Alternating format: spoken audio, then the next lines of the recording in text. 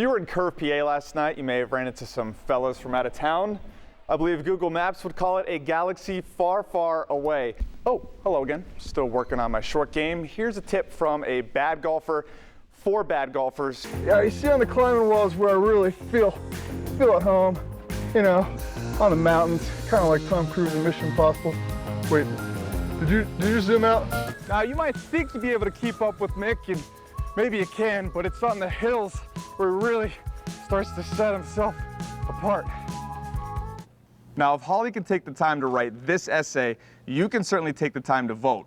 It's as easy as C-A-M-B-R-I-A. This is a team that hadn't made the playoffs since 1992, and here they are today, the home opener. Many experts picking them to win the World Series. But I shouldn't talk with my mouth full, but the peppers mix very well with the cheese and the meat. If you're sitting at home on your couch right now, you got to get down here to try this. The game just started.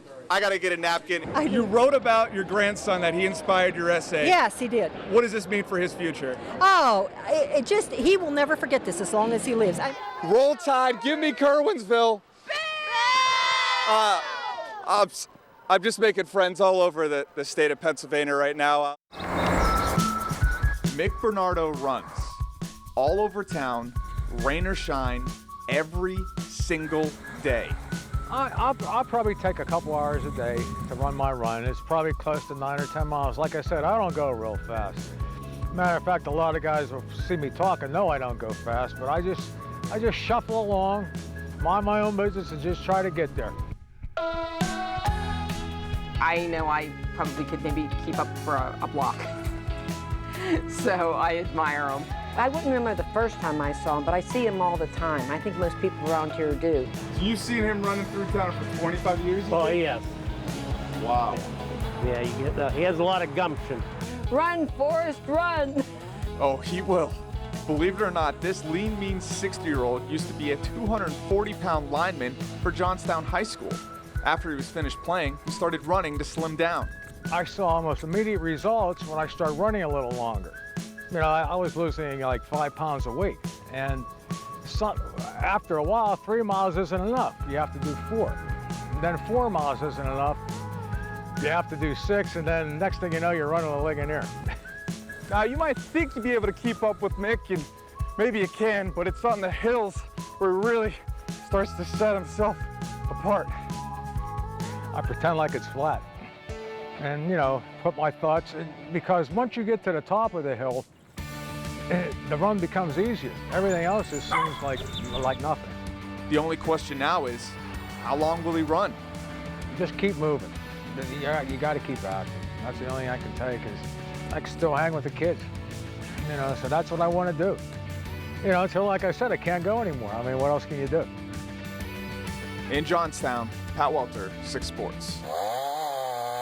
Cool guys walk away from explosions. Lumberjacks walk away from falling trees. Ninja lumberjacks? Well, see for yourself. I'm Phil Thomas, and I'm a ninja lumberjack.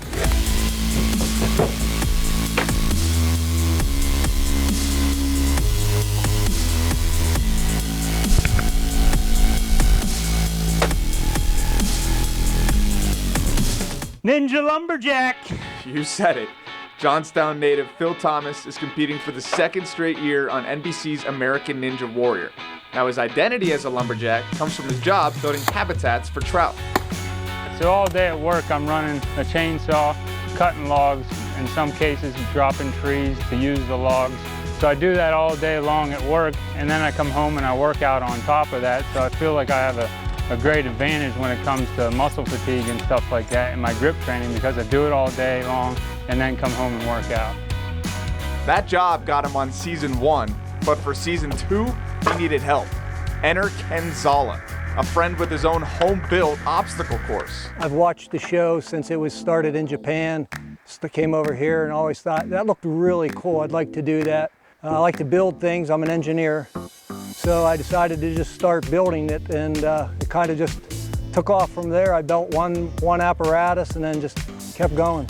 Now, conquering obstacles in the woods is one thing, but under the TV lights is a whole other. Any one of these guys on the show can do every one of the obstacles that are there. And it basically boils down to, can you mentally get through all the obstacles? Now, if you're watching at home, you probably think maybe I can do this, or you know you can't do it. I was a pretty good athlete in high school. I know I can do this, so we're gonna go try it out. Let's go find out. All right, let's do it. Ooh, I warm up. Yeah, I mean, I opened a salsa jar for my wife the other day. You know, she ended up finishing it off, but I loosened it. We'll put him to the test. We'll start out easy and see how he does with some of the harder obstacles.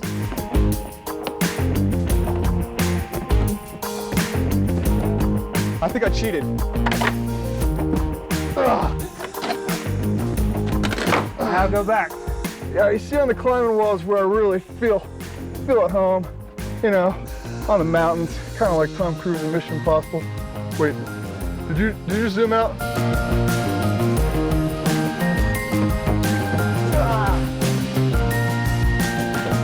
I think I had it.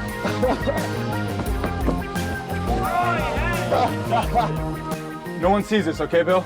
Okay. Woo! Good job, Pat. I did it! Yeah. Yeah.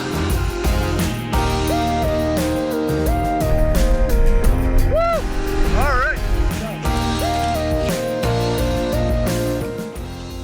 My Ninja Warrior? Ninja! Ninja Warrior. Ninja Warrior!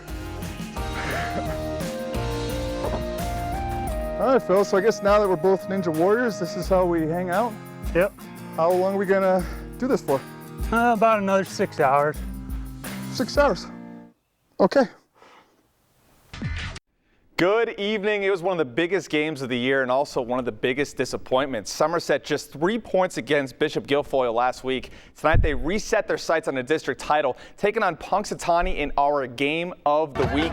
No touchdowns last week for Somerset.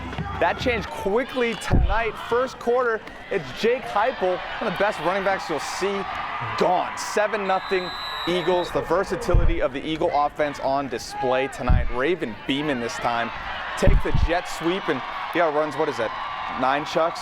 Those guys bringing Welter with them to Somerset. I'm still shivering. Late in the first, Chucks break through. Dakota Thomas finds Braxton Jevidani. We got a game. It's 14-6 here. But then the Eagles just steamrolled. Dylan Barnes is going to find Beeman on the screen, and similar to earlier, he outruns all 11 Chucks this time. Somerset moving on with a 50-12 win. Good evening. Steeler win streaks have been rare this season. A 3-game stretch mid-year, the only one. Pittsburgh with a chance to make it 2 in a row today, and Atlanta control of their playoff destiny in the balance. Julio Jones out of the lineup after torching Green Bay. It's a weakness the Steelers would pounce on early. First play of the second quarter. It's Matt Ryan looking over the middle and William Gay looking right back. Steelers negative in given takeaways this season, but a huge positive right there. Gay returns it all the way. 13-0 Steelers. Late second quarter now, Ryan responds. No Julio Jones, no problem. It's Devin Hester scoring in the passing game for once. 13-7. 37 seconds left in the half now, and it's Antonio Brown doing what he does.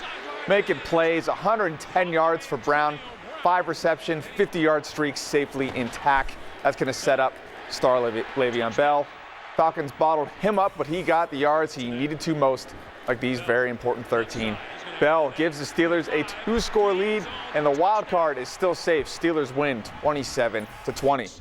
This is just a win on the way. You know, we need to get hot at the right time. We came into a place and played a very good football team, and happy to get the win. We'll enjoy this for a little bit, but then get ready for 2 home games. Let's go around the division. Johnny American Football making his first NFL start, but it was another rookie stealing the show. Jeremy Hill, a monstrous day, but then he's not accepted by the dog pound here. I don't really know what he's thinking. And then Manziel, well, let's just say Merrill Hodge probably feeling pretty good about his analysis. Let the week of what went wrong begin. Just 80 yards and 2 picks as Cincy wins 30-0. Baltimore taking on Jacksonville. Steelers have the flash, but the Ravens just win. The blocked punt here. Kamar Aiken does the rest. It's 7-0 Ravens. Jags leading though late in the third, but Joe Flacco does just enough. Hits his buddy Owen Daniels. Ravens win 20-12. Baltimore, Pittsburgh, Cincy all currently in the playoffs. A lot of fantasy busts today, like LaShawn McCoy. I need Rogaine after all the hair I lost tonight. I apologize if you played Odell Beckham, Jeremy Hill, or Des Bryant. If you had them, congrats. Sidney Crosby will be out at least one more game. The team announced today the captain has been diagnosed with mumps. Crosby injured his salivary gland November 28th against Carolina, was given medication. Well, after stopping, his face swelled up. Initial tests for mumps came back negative. However, after Crosby's condition worsened, further testing revealed Crosby was positive for the disease, adding to a list of medical adversity the Penguins have faced this season. We're going through a period here that's is pretty rough. We have a lot of guys out, whether it's from mumps or hockey injuries, and obviously Ole with the cancer, and so it's a period that builds character, and if you can get through it, it's going to help you in the long run. Penguins, one of 5 teams that have had players diagnosed with mumps in the NHL. The Tomahawks dropped the series finale with Springfield today. Johnstown currently last in the North Division. President jokes for days as Penn State took on George Washington this afternoon. Early on, it's the Colonials getting the better of it. The big man, Kevin Larson here, using that height to find Joe McDonald for an easy 2. George Washington up 19-16. But then the three-point shooters would wake up. Hey, it was a noon start. What do you expect? It's college. Brandon Taylor there from the outside. He had 17. Then it's the freshman Shep Garner.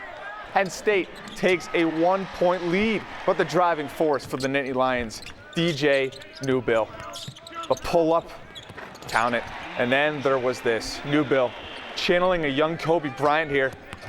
You can't defend the undefendables. Penn State wins 64-51, their best start since 95-96. The Lady Lions at 85-51 win over Ryder. Lindsey Spann a career high, 23 points. And we close with the Six Sports Top 6. At number 6, Forest Hills has themselves a player in Eli Piner. The pull-up here from deep, looking like DJ Newbill there. Smooth. They win 49-48 over Bedford. Let's go to number 5. Johnstown had no answer for Brandon Martinazzi this week, just carving his way to a 105-84 win. But Johnstown did redeem themselves on Saturday night. Kevin Brandon, the steal and the lay-in here, man. He really wants to get that dunk. 80-52 win over Penn Cambria. At number 3, it's DJ Newbill. Let's watch it again. Making plays, 20 points, none better than right there. Penn State improves to 10-1. Let's go to number 2. There's only one way to measure Jake Heupel's lateral quickness. It's in broken ankles. Look at this insane crossover. Somerset wins the Mountain Cat tournament. Heupel, Alterny, Dylan Barnes, MVP. Heupel topped only by the Bishop Guilfoyle Marauders. The 1918 win over Clareton capped off an undefeated season and the first football state title for Bishop Guilfoyle. That's going to do it for sports. We'll be right back. Hey, guys. What's up, Maria? Hey, George. Oh, yeah. Pat, what is going on in sports today? I don't know. I'm about to find out. Canceled? Jameis Winston stole crab legs? So what did the glove say to the ball? Catch you later. Hey, guys. Yeah, everything's canceled. What do you mean everything's canceled? I don't care if you have to drive all the way up to Cameron County to get something on. You better be in the 11 o'clock show. Get out. With no story and no leads, did what any good reporter would do. Head out into the world. Well, the field may be wet, but spirits are high. Who will stop the rain? There's nobody here. Nobody here at all. Well, one team today must have done a rain dance. Discouraged and beaten down from the weather, in a moment of clarity, it came to me. I knew the source of my issues. Why do you hate sports so much? What are you talking about? You know exactly what I'm talking about, Tony. Pat, I don't control the weather. You know, I know you control the weather, and I know you can make it stop. Hey, be careful, those floors are slippery. Hey, mister, wake up. What? Where am I? You're in hockey heaven. Does it ever rain here? No, it's just hockey all the time. Hockey! Wake up. Hockey. Pat, wake up. You're dreaming. What? You're dreaming. Hockey. No. We cover hockey. I would like to nominate the War Memorial Rink in Johnstown and the hockey fans of Johnstown, Pennsylvania for Kraft Hockeyville because I believe this town is a very passionate hockey community. These are the words that helped spark a town. Johnstown is a Kraft Hockeyville finalist, and it all started with Holly Lees. When it came to the Kraft Hockeyville, I almost didn't write the essay. I hesitated. I thought, oh, I'm one person, what difference does it make? But because I am such a passionate hockey fan, and I had billet kids with me this season from the Tomahawks, and because of my grandson who's playing hockey, I thought, you know what, I really owe it to them to sit down and at least write an essay and say, okay, I entered the essay contest. So she wrote, and out came the passion. A passion that a panel of judges deemed strong enough to make Johnstown one of 10 Hockeyville finalists. It would so much improve the esteem of the whole community to know that we all work together to make improvements to this arena, and it's our rink. I now have a 5-year-old grandson learning to play hockey and hope that he will appreciate the great hockey heritage in this community, which is why I am nominating Johnstown, Pennsylvania as the most passionate hockey community. Now, if Holly can take the time to write this essay, you can certainly take the time to vote. It's as easy as CAMBRIA.